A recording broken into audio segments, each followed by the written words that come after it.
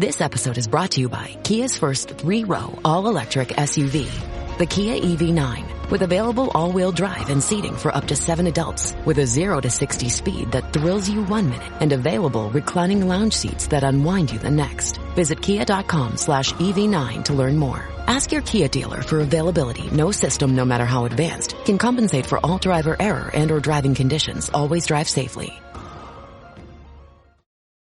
Welcome to the Human Capital Innovations Podcast, your go-to source for personal, professional, and organizational growth and development. We hope you tune in often for all things people management, organizational development and change, organizational leadership, and social impact related.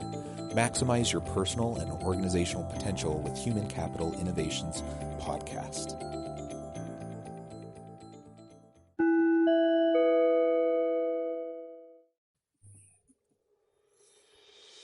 Welcome to the Human Capital Innovations Podcast. In this HCI podcast episode, I talk with Dr. Eric Russell about the concept of healing.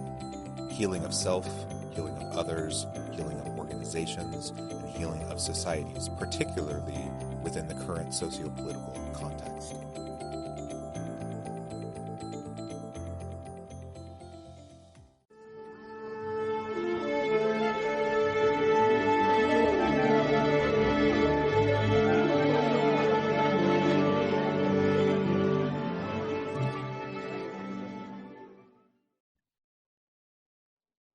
Eric Russell, welcome to the Human Capital Innovations Podcast. Thanks. Glad to be here. It's great to have you back. I like these weekly discussions that we're starting to have. This is the second installment, and we intend to do this every week, or at least most weeks going into the future. For those of you who didn't join us last week, Eric Russell is an HCI research associate. He's also an associate professor of emergency services at Utah Valley University. Eric and I go way back. We're good friends, and we've been colleagues for a long time. And we're both advocates for servant leadership. And as we go through these discussions each week, we're going to talk about different elements. So with that, Eric, why don't you launch us into our discussion for today? Awesome. Well, when I was brainstorming where we need to be and looking at the world in its current state, I think the characteristic we need to discuss today is healing. And Larry Spears identified healing as one of the 10 characteristics of the servant leader from Greenleaf's work. And we need to expound on it for our society. We need to talk about it for the individual, for the organization, for community, and for the leader, him or herself. Like, we all have wounds, and there are systemic problems that exist within society. We've never dealt with them, and people need to be healed from these things before they can move on. So this is going to be an exciting topic, and I think we can probably do some cool things with it. Yeah, and the topic of healing, of course, connects to, it could be physical, it could be mental, it could be spiritual, emotional, right? There's these various forms of healing. I'll just put it out there right from the beginning that we're not therapists, we're not mental health professionals, mm-hmm. we're not trying to be here, but we want to talk about the concept, and we want to share some thoughts and insights. And if anyone listening is in need of a mental health professional, we would certainly encourage you to seek out those individuals. Yeah, absolutely. Because the wounds, that's the thing, physical wounds heal, but it's the mental wounds that last forever. That's the trauma. That's the PTSD. That's where you need to reach out for help. Yeah. And you can't just wish it away. Right.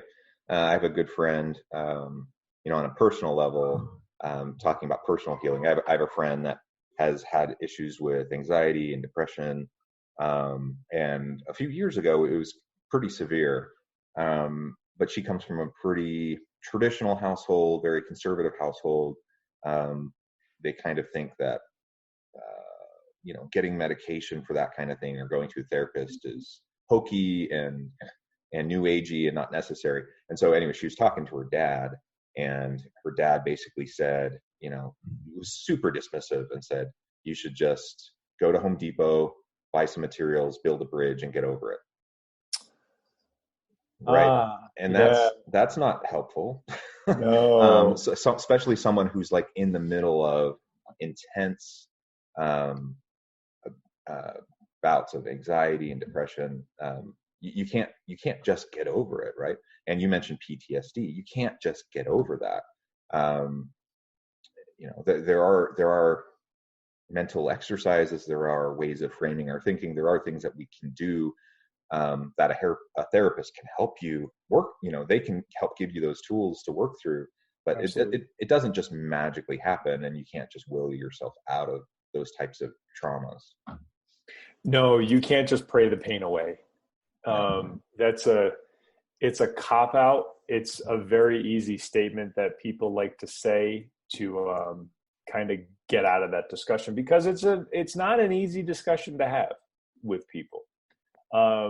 In the world that I come from, it's a difficult discussion. It's because people think they're going to lose their career, they're going to be judged, or you're not tough, you're not an alpha. And the thing is I don't care how big and how strong you are, the human soul and spirit, depending on what you believe in, is the same size. And that gets damaged, and our mental health gets damaged. It just does. And until you deal with those traumas, you can never be healthy and move forward.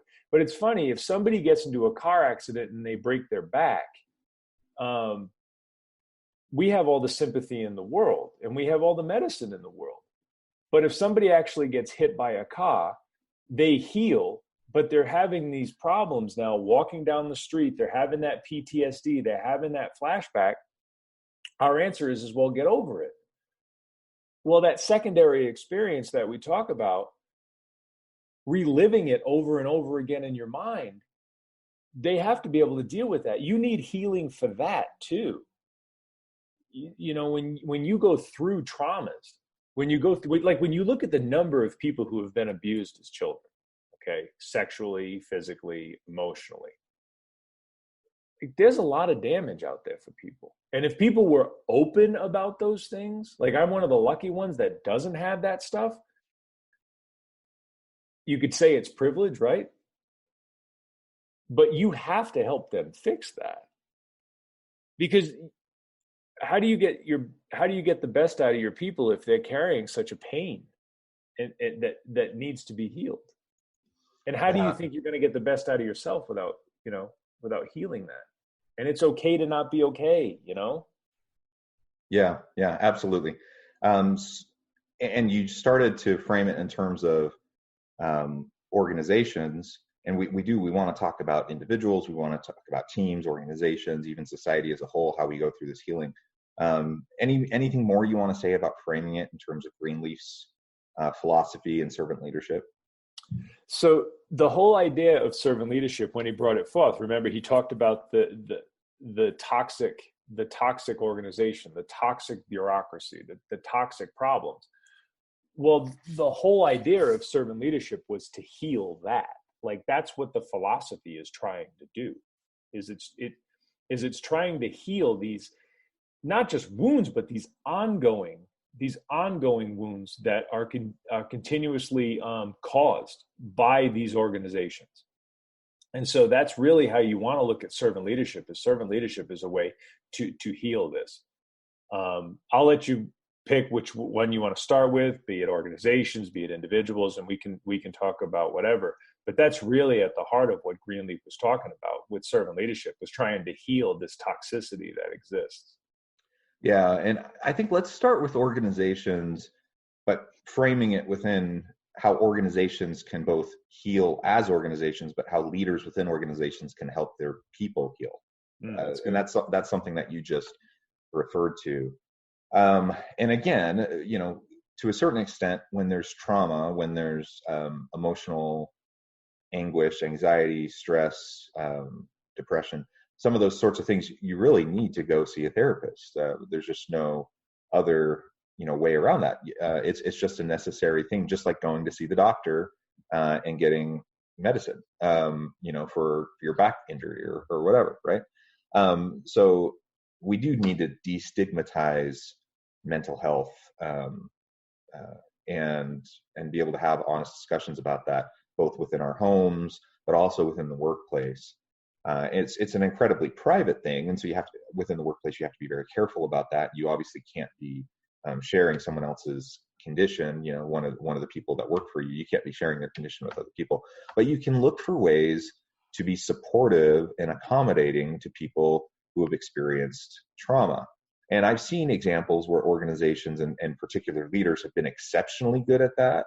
And I've seen situations where they're exceptionally bad. And unfortunately, the exceptionally bad ones, or trending that way on the spectrum, tend to be more common. Because at least in U.S. culture, again, there's a stigma behind mental health issues. And we kind of have this idea that you can pull yourself up by the bootstraps, be tough, show up to work. Most employers, they're at-will employers, so they can get rid of you at any time. So if someone's struggling, the inclination of a lot of employers is, I don't want to deal with this crap. They're late. They have an attitude. They're struggling with customers, whatever. It's a performance issue. We're just going to get rid of that person. And that's a common approach in how leaders will take it. And I understand that. I understand why they would do that. But then I've been so amazed when I've seen the opposite happen, where I've seen a leader who observes that kind of behavior. And especially if they observe it in someone who's already had a good track record with the organization, someone who's a valued employee, someone who's done great work for them. And then there's like a downward trend. And I'm thinking of one particular leader where their approach was anything but, what's the word I'm trying to think of? They weren't trying to discipline their employee. Rather, they went to them. They recognized, hey, you're struggling with something. What can I do to help you? They search for ways to be supportive. They search for ways to be accommodating. And they helped that individual get the help they need, and then fulfill their potential again, right? And that's what I would love to see happen more within organizations, and that we wouldn't be so quick to push people to the side or to the curb. Yeah, I completely agree with that. Well, let's look at it. Let's look at it from an economic standpoint. All right, you have somebody who works for your organization. Let's say they've been with you for 8 years. Think of the amount of money and time that you've spent getting them to where they're at. And think about, especially like you said, they've always been a good follower. They've always been a good employee. To just dismiss that person and get rid of them or push them aside and just let them break, it's going to end up costing you more money. You don't benefit by losing your talent.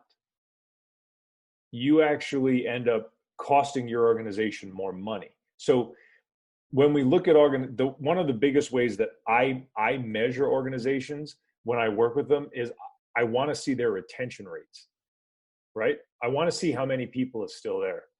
And so if we just treat people as throwaway products, especially when somebody's having just a bad time, like you think about it, what if you have an employee who lost a child? Like, you seriously think that individual is going to be okay in a few weeks? You think they can just pull them up by their bootstraps? They just went through hell. They just went through the one thing that we say nobody should have to go through, which is bury your own kid. All right. What if they're going through a divorce? What if they find out that their spouse has a terminal disease? We're very quick to use that you're only as good as your last act kind of a thing.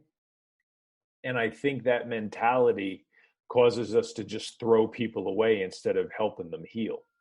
Now, that doesn't mean that some people just they go too far, like you can't get them back. And that's one of the skepticisms associated with servant leadership, is that whole idea of, well, you just have to have infinite patience. Well, no, the whole idea of patience is it comes to an end.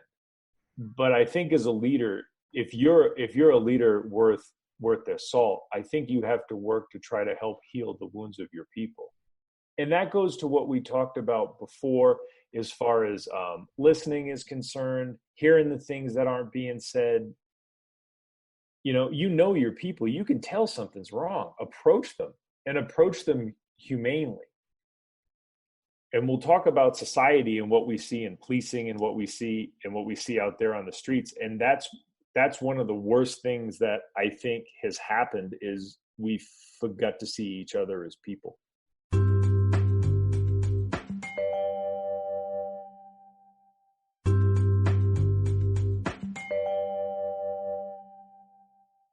Yeah. And before we move on, maybe I'll just say a couple more things about that. You mentioned retention, which is a very important metric, and the cost of people leaving is not trivial. And so just treating employees like cogs in a machine, and you can just replace the cog, I mean, that's incredibly naive of a leader to think that. It's hard to get good people into the right positions doing good. Oh yeah.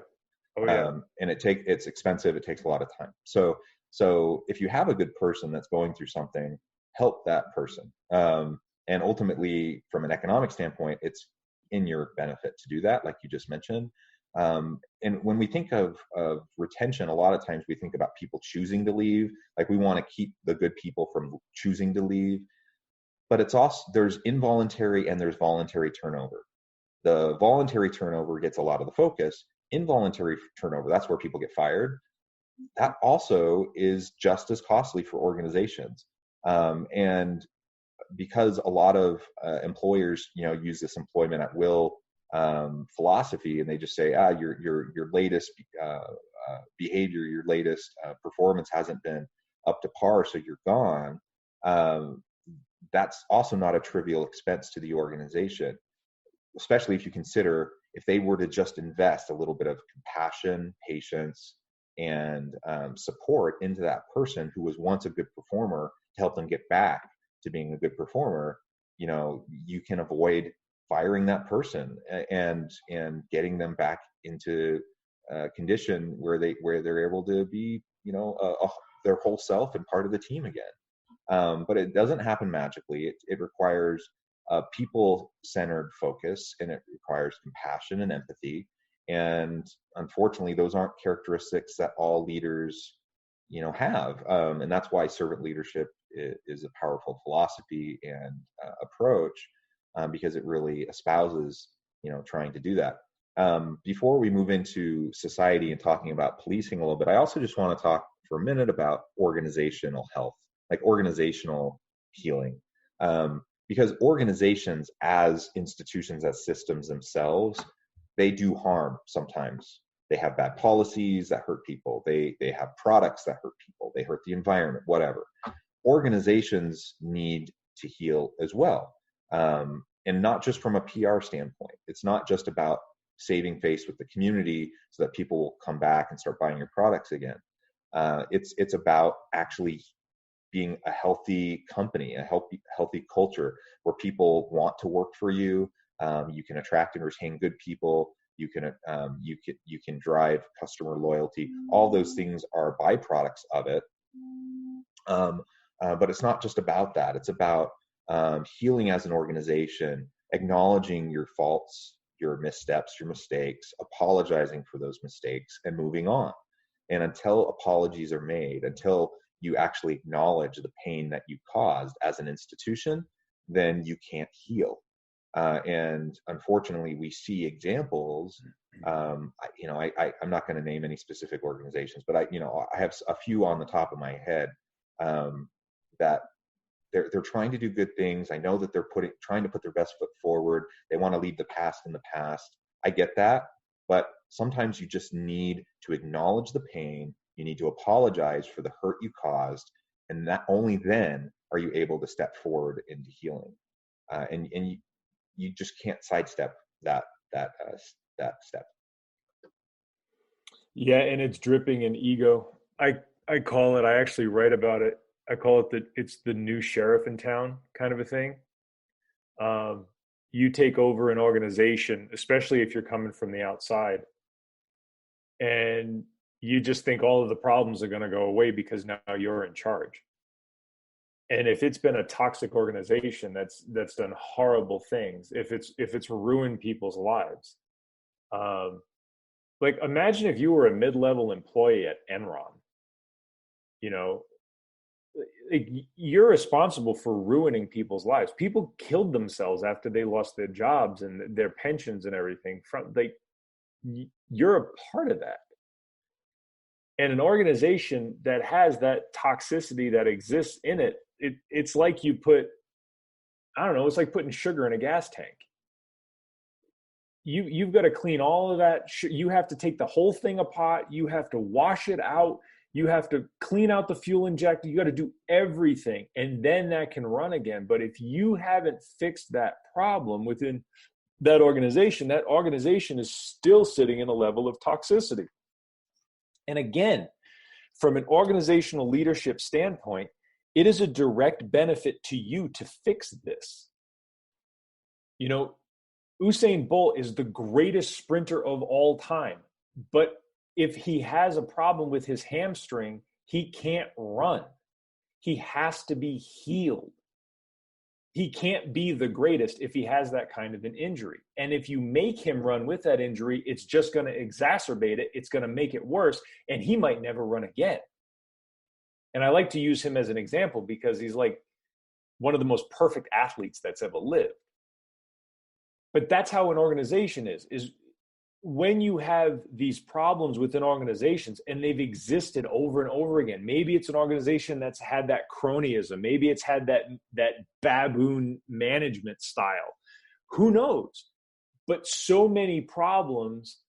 And when you listen to people and they're constantly bringing up the past, you know that there's problems that exist that have never been healed within that organization because they've never been addressed. And so that new person takes that leadership role and they just pretend that they're there, and it's just dripping in ego.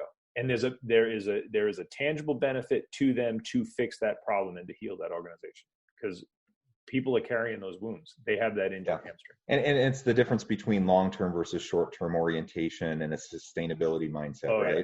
Because certainly there's pain in the short term. When you acknowledge those problems and you make the apologies and you try to address trauma head on as an organization, there's short-term pain and there's going to be short-term ramifications in terms of dips in productivity and those sorts of outcomes. But if you take a long-term perspective, a sustainability perspective, there's only upside from seeking that healing. And the example of athletes is a really great one because you just don't magically return to gold medal stature after a major injury unless you do everything that needs to happen in order to heal whatever the injury was. You can't just pretend. You can't just say tough it out. You can't just pretend like nothing happened. And unfortunately, I think because of the fear of the short-term pain, that too many leaders and too many organizations aren't willing to take that critical step. That's well said. The other thing is I don't know, it's kind of a new phenomenon. It's like maybe the last 30 years in American business, maybe the last 20 years in American business is this, we just look to the next quarter. You know, it's not, we want to build a sustainable business that grows and is phenomenal for centuries. You know, these great companies that have been around for forever. It's like, well, what's the next quarter? I don't know where that comes from. I don't know where this mindset came from. Maybe you do. But I think they look at it the same way. They look at healing the same way. It's like, well, you know, if we try to have the problems in the short term, even though we're going to be better in the long term, well, it's going to hurt our quarterly profit. It's going to hurt this. It's going to hurt that. Businesses used to not think that way, and they do now. What's your thought on that? Yeah, I think there's a lot driving that in terms of both, like if we think in the US, there's cultural drivers of that because it's not the same everywhere in the world. Mm-hmm. And so there's definitely some cultural differences. There's some legislative differences in the US that have happened over the last few decades that I think have contributed to that. And we have such a huge focus on shareholder interests, right, and stock prices, and like you said, quarterly earnings and the quarterly outlook, because that's what drives CEO and C-suite executive bonus structures and such. That all has emerged in the last few decades. The huge pay gap in terms of executive pay versus average pay of employees within organizations. That's like crazy wide now, and only gets wider and wider every year. So some of those types of things and kind of this hyper competitive approach, it drives efficiencies, it drives productivity, it drives, in many ways a strong economy. But there are unintended consequences, and there are negative consequences and harms to people when that approach is taken, and when you don't take the time to step back and to do the necessary hard work and painful work of helping people address the trauma and helping them to heal. And you said it perfectly. If I'm a CEO and I have this huge windfall bonus coming my way, but I need my quarterly earnings to look wonderful this year, in order to get that, am I going to be inclined to disrupt the system and to tip over the cart and to dismantle things and to clean it and to get it work in pristine order? Or am I inclined to just push through and just get people to keep going even though there's trauma that needs to be addressed?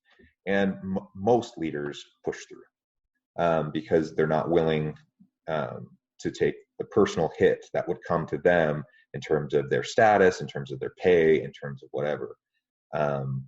And then they rationalize it in terms of, well, I'm providing value to the shareholders. That frustrates me when I hear that, because, well, the best value to shareholders is long-term sustainable growth, long-term sustainable value for the organization. Yeah. That's the best value. And so it's not like an either or. You either address harm and trauma, address it, heal, and move forward in a positive way, or you force people to just push through so that you can maintain productivity. It's not an either or, and that's how it gets framed often, and it's harmful. Yeah, it seems like we're doing that with everything in society. It's an either or. When you talk about that, I think about Wells Fargo. I would always say that Wells Fargo is it's always been the gold standard, right? Like the gold standard of banking. And the things that happened at Wells Fargo over the last six years, that really hurt the bank. It hurt their reputation. And you're talking about an old business now. You're not talking about some young startup that just went IPO. You're talking about an old business, a trustworthy business. When you think of secure, financing and things like that, you think of Wells Fargo, especially as a national bank, very well respected. And that tarnished their reputation, also tarnished the reputation of the people who worked there. They're almost Absolutely. afraid to say it. I have some family and friends who are executives in other banks, and they flat out told me if they have a person who applies to work at their bank and they worked for Wells Fargo previously, they at best look at them with incredible skepticism, but oftentimes they won't even consider them. And it's because of the toxicity that existed there, and it was systemic and it was top down. Yeah, it wasn't just some bad apples at the bottom level, right? It was systemic. It was top down. It caused all sorts of harms to the organization, to the people, to consumers. Great example. The Enron example is another great example. These are toxic companies, and it doesn't need to be that way. So anyways, I think it is important to remember that we're talking about healing as individuals, as teams, as organizations. And organizations do need to do the work of healing. Okay, let's shift a little bit now and talk about society. And right now we're dealing with, the aftermath of the George Floyd horrific killing, the protests that are happening across the country, lots of public debates about policing. You're a emergency services professional and professor, first responder. What's your perspective on all of this, and how do we heal as a society? There's so much angst, so much pain, so much trauma, institutional and systemic racism. How do we heal from all of this? It's deep. Do you have all the answers, Eric? God, I wish I did. I wish I could just snap my fingers. I really do, and make it better. But there's healing all around. Let me first take it from a law enforcement perspective. Right now, and for the last several years, it has been very difficult to recruit law enforcement. Fire and rescue is having problems. The military is having problems as well, but especially law enforcement. People just don't want to do the job.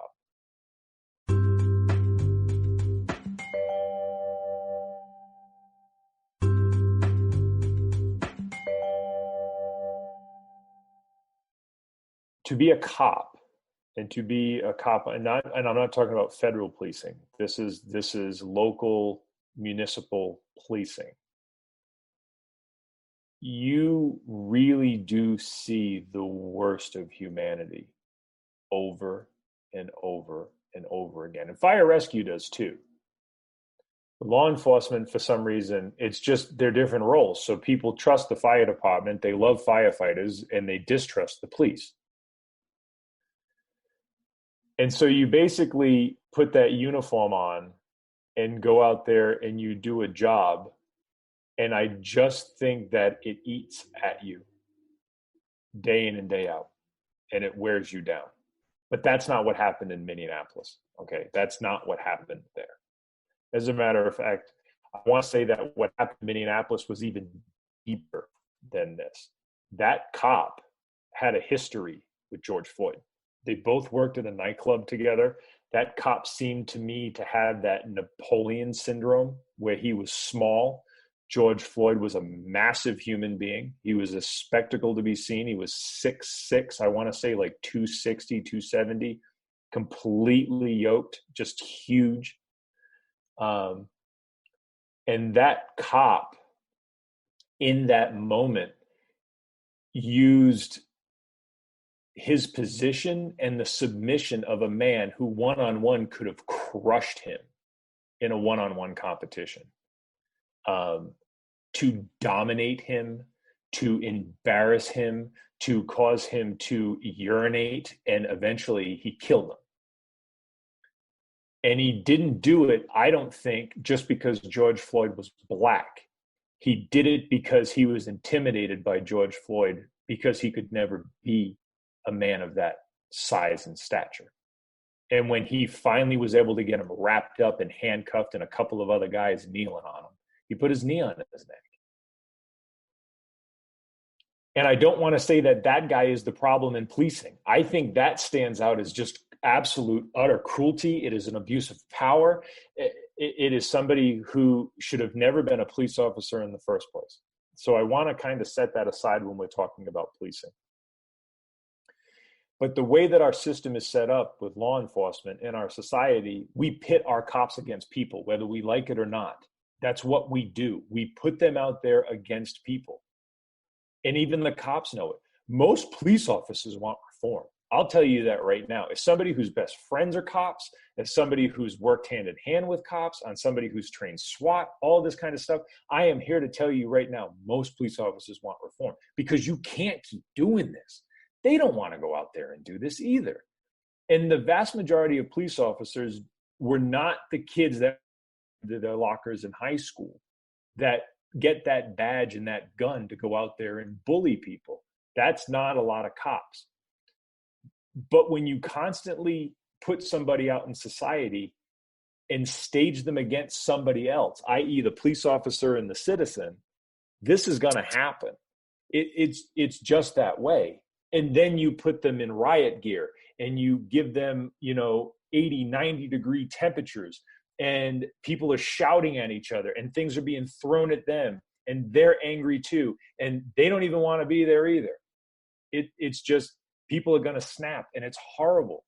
It really is horrible. And that goes to the fact that we can't give the jobs away right now.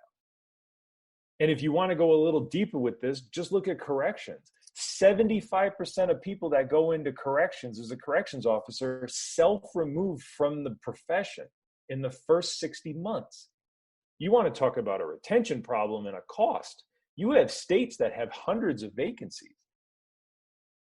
And it's just because of what the job is. Most police officers, and when I say most, I mean most, will stand between you and the thing that goes bump in the night.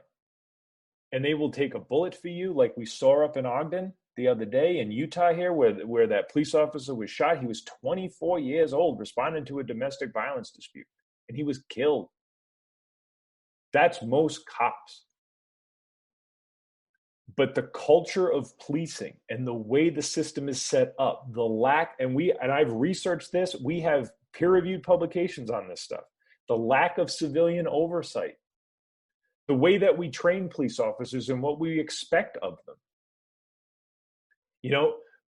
When we deinstitutionalized mental health in the United States, we made our cops, our social workers, our psychologists, our drug counselors, that's not what they're trained for. When you look at the standard police officers standard in testing, when you look at that stuff, and even when you look at a standard criminal justice degree, which is the degree that most police get, either an associate's or a bachelor's degree, it's lacking in that stuff. But yet we expect them to go out there and be the social workers.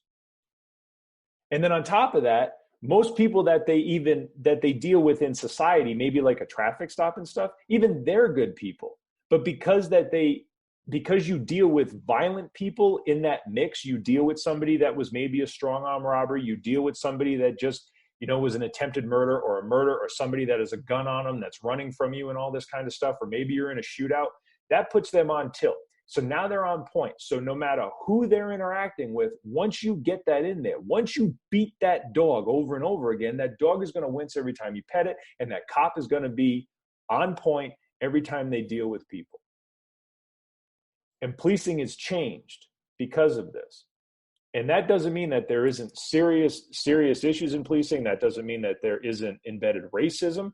And even the cops know this. When you look at the war on drugs, okay, there is such systemic racism in just the war on drugs alone. You seriously think somebody goes to the academy to become a law enforcement officer to bust somebody for a $10 bag of weed? But then you look at the arrests, and they're arresting far more persons of color than they are white people for the exact same crime.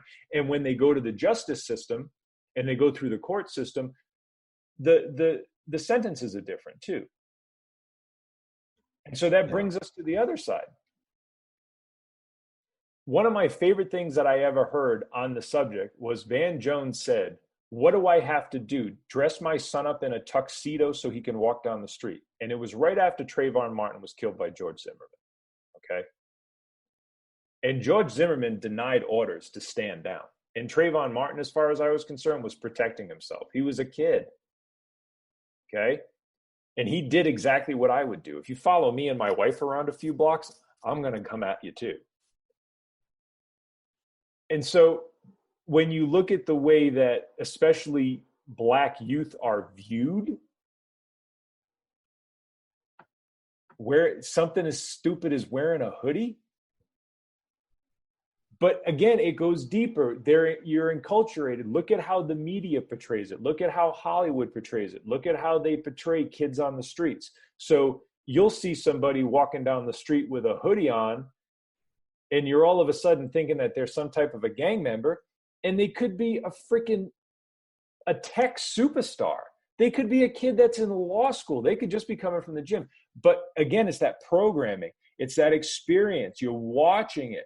And so we take these two things and we pit these people together out there in the streets. We pit working class cops against poor and working class people over and over and over again. And then they experience violence, they deal with each other. They experience violence, they deal with each other.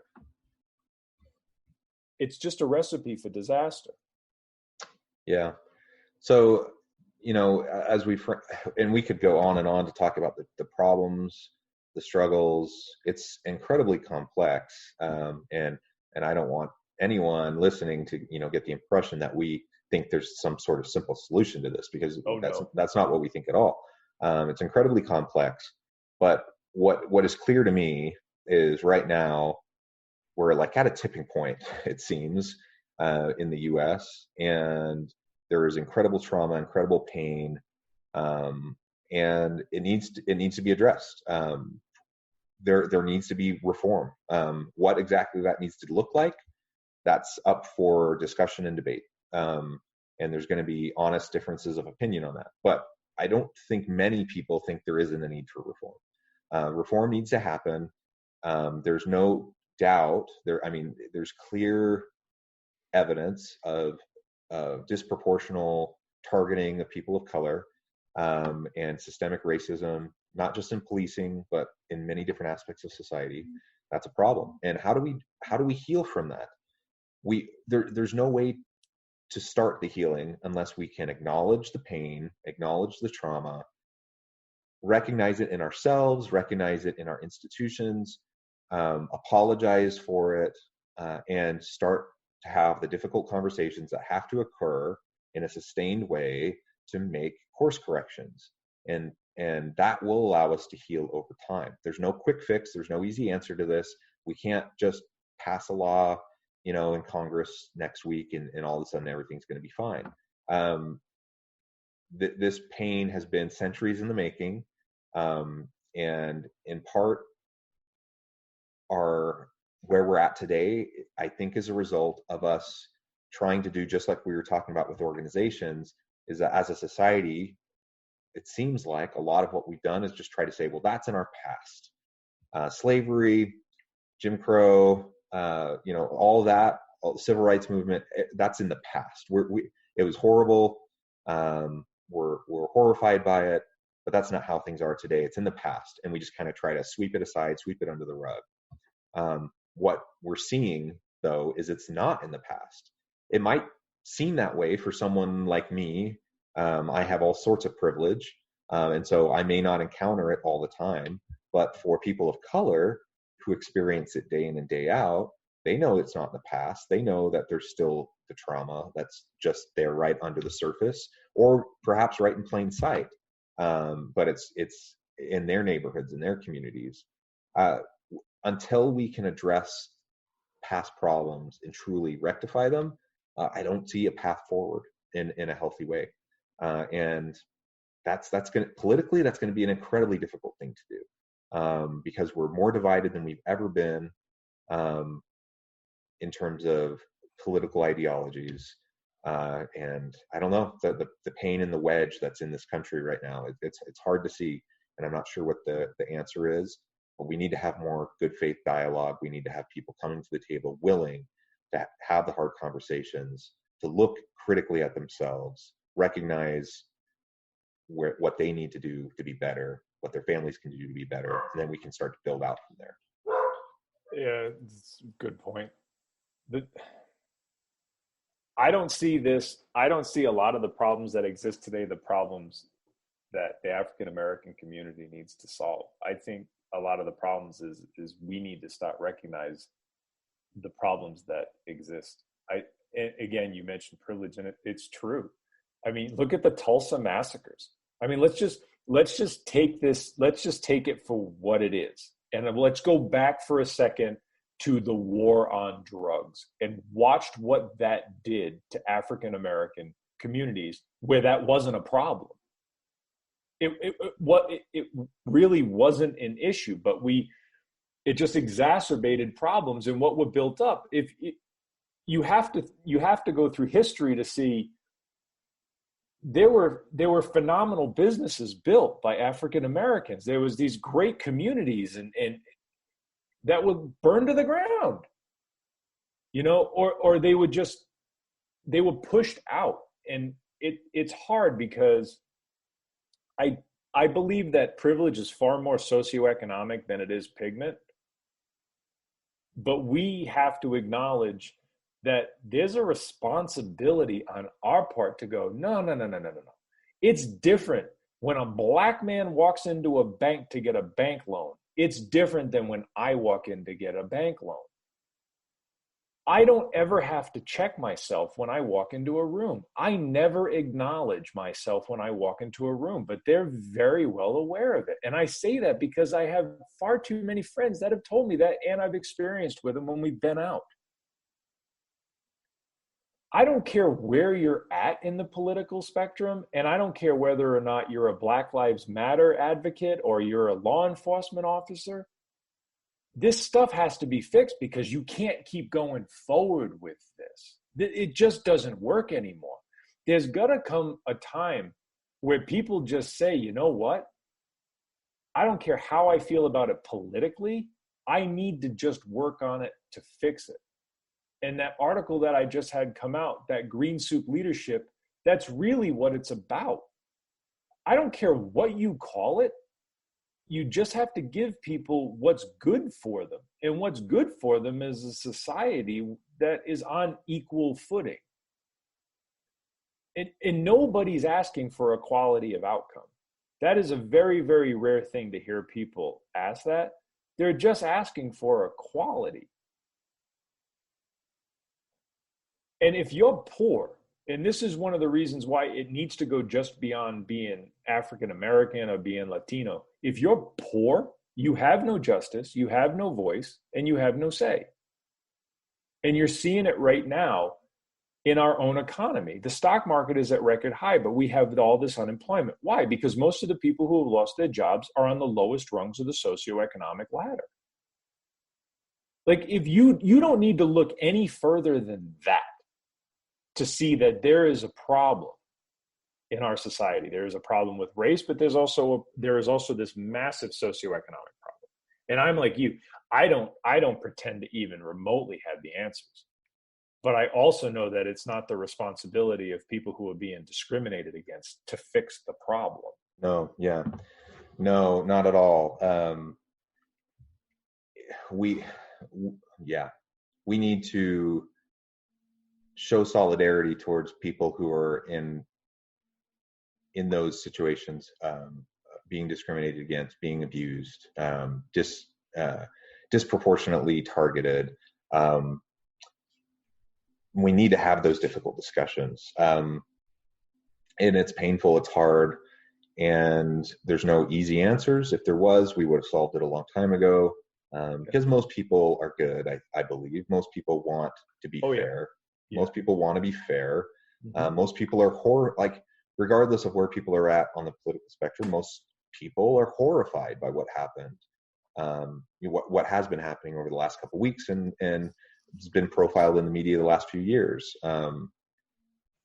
So let's take this opportunity to start having these conversations, these discussions, approach them in good faith, even when we're sitting next to someone who might politically disagree with us. And let's start to look for ways that we can drive solutions through political reforms, through social reforms, whatever the case may be. And as we finish off today, we're about out of time, but as we finish off today, again, just coming back to where we started, it starts with the individual and individual health, individual healing. Organizations and institutions need to be thinking about institutional and organizational health and healing. And society as a whole, we each play a role in trying to drive societal health.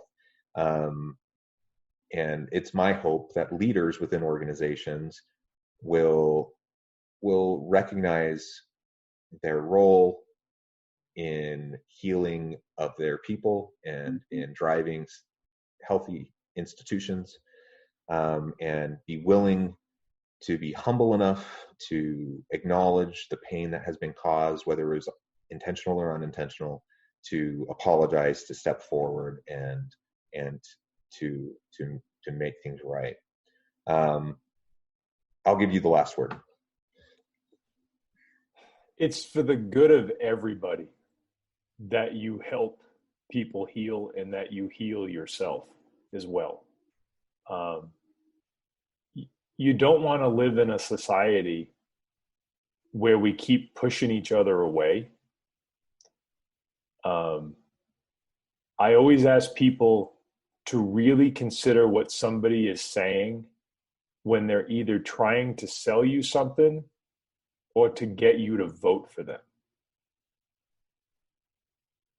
Like, you bring up politics. I seriously believe that politics are a part of the problem. They have caused tribes.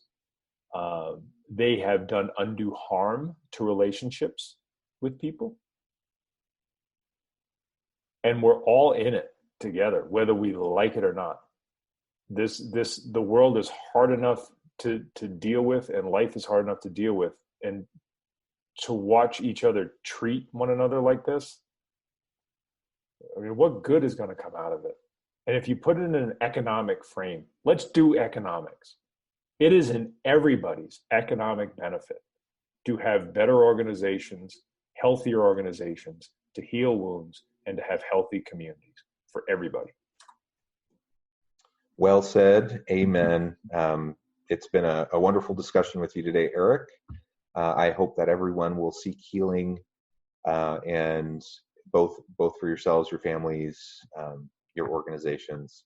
I hope everyone can stay healthy and safe. And I look forward to doing this with you again next week, Eric. Thank you. Thank you. Bye-bye. Bye.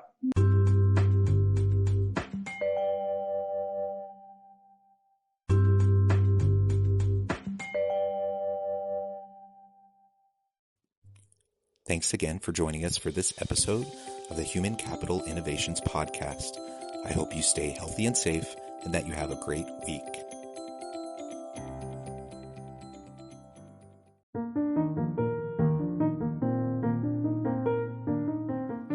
Check out our new weekly LinkedIn newsletter, Alchemizing Human Capital, exploring industry trends via original research and interviews with executives and thought leaders from across the globe. We look forward to having you join us.